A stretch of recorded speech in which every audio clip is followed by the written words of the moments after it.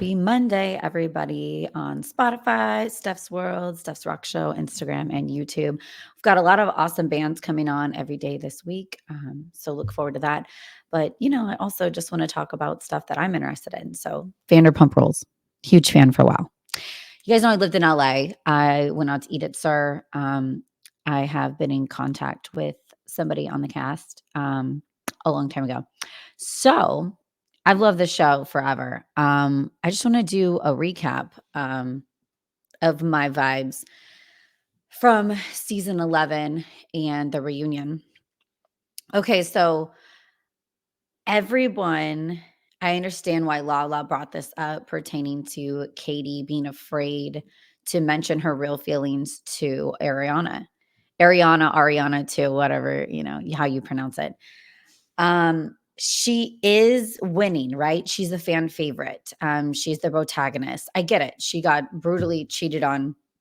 Her life got disrupted. I've never been a huge fan of just her personality type prior to the scandal. So I'm still a girl's girl. I'm in her corner. What Sandoval did was horrible. But I do get why if everyone or someone just speaks up and doesn't agree with Ariana, it could be detrimental to your business.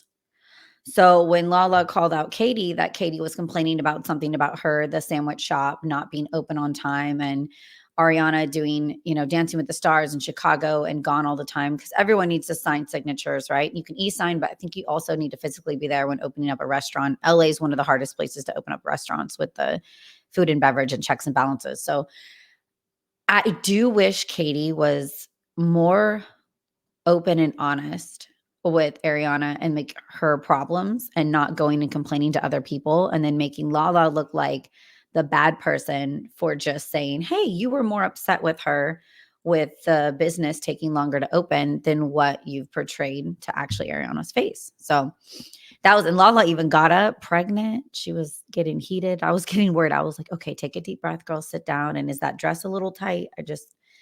I worry about that stuff. Okay, next on my notes, Sheena standing up for Tom. Gosh, Sheena. I've been annoyed for so many seasons with her, kind of flip-flopping and loving everyone. I think her heart's in the right place. I really do. I know her heart's in the right place, but it annoys me so much that she's friends with Ariana, but then, you know, she still is standing up for Tom. So if you're my homegirl, you're my best friend, and your man cheated on you and screwed you over, I am not talking to this guy anymore. I don't care if we were friends or how they helped me out. I'm like, pick a side, choose a side, you know?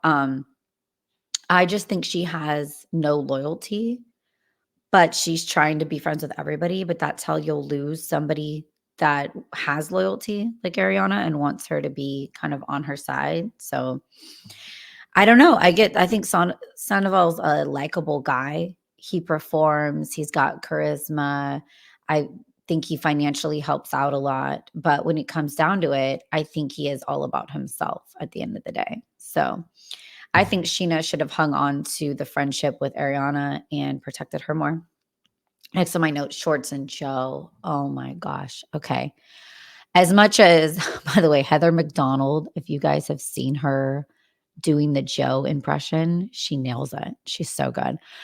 I feel bad for Joe because Shorts is an immature man child. He's in his 40s and he's leading her on. He's not saying from the get-go, hey, I'm going through a divorce. I'm not looking for anything seriously. He's treating her seriously, basically moved her into his house and taking her to public events, introducing her around the ex-wife, Katie, and everybody else. So leading her on that this is something very serious. But then when it comes down and the hammer hits the nail and she's like, okay, are we doing this? Are we official or not? He pulls away and he doesn't. And I've been in a relationship like that where it's horrible. It's like they're treating you like you're in a full-on relationship and it's going great for months. And then you're like, okay, are we progressing forward? Is this going to go to reality of teammates that live together and do everything together all the time? And it's hard when I think that person is more avoidant and they run away when things get actually serious and you want it to progress forward and they take 2 steps back. So, I feel for Jo, even though she's a little quirky. She's a little out there to where Shorts looks happy with his, like, 19-year-old now. Man, you guys joke about me being a cougar. Shorts is with somebody less than half his age. Okay, next on my notes, Ariana living with Tom. So I couldn't do it.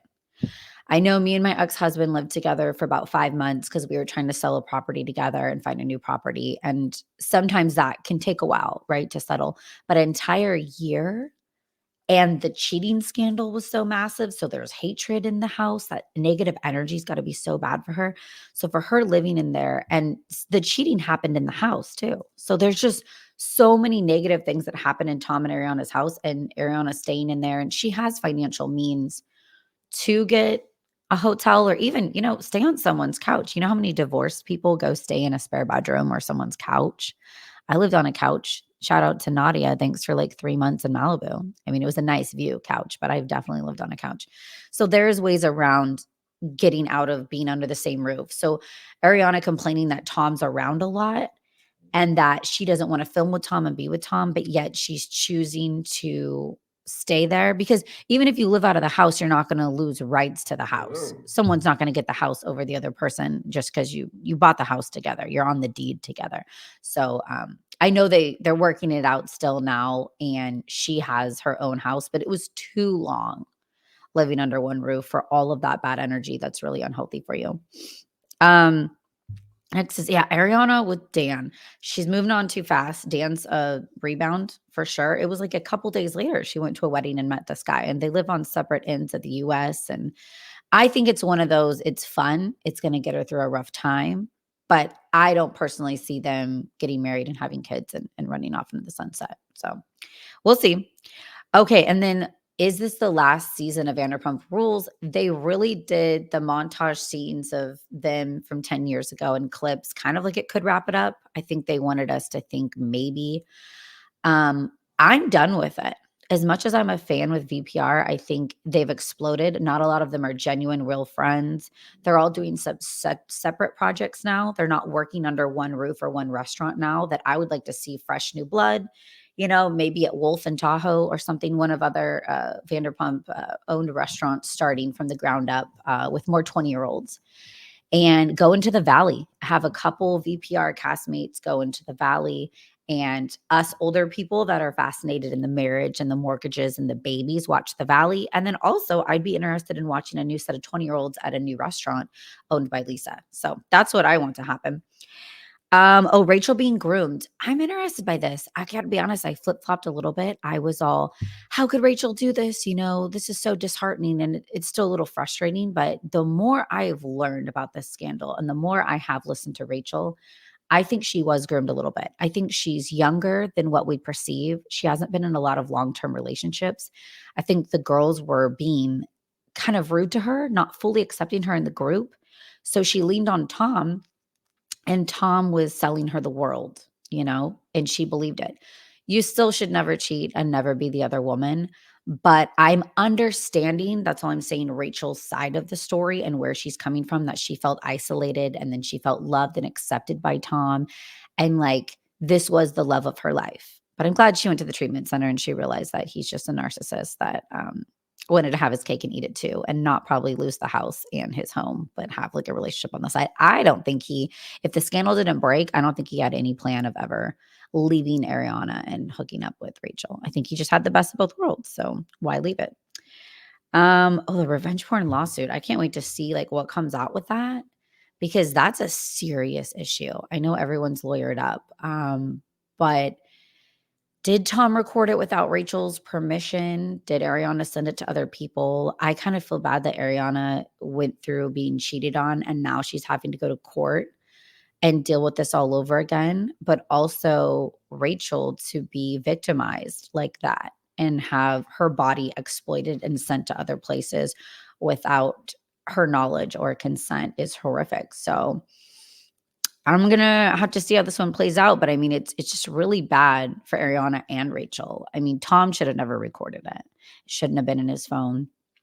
None of this would have happened. But how this is going to play out. And let me know if you guys think there's going to be another Vanderpump Rules season. I know they're just taking a break right now, but if they're going to come back, and I'm loving the Valley. So we'll see what happens. But thanks for a Monday Fun Day catch up.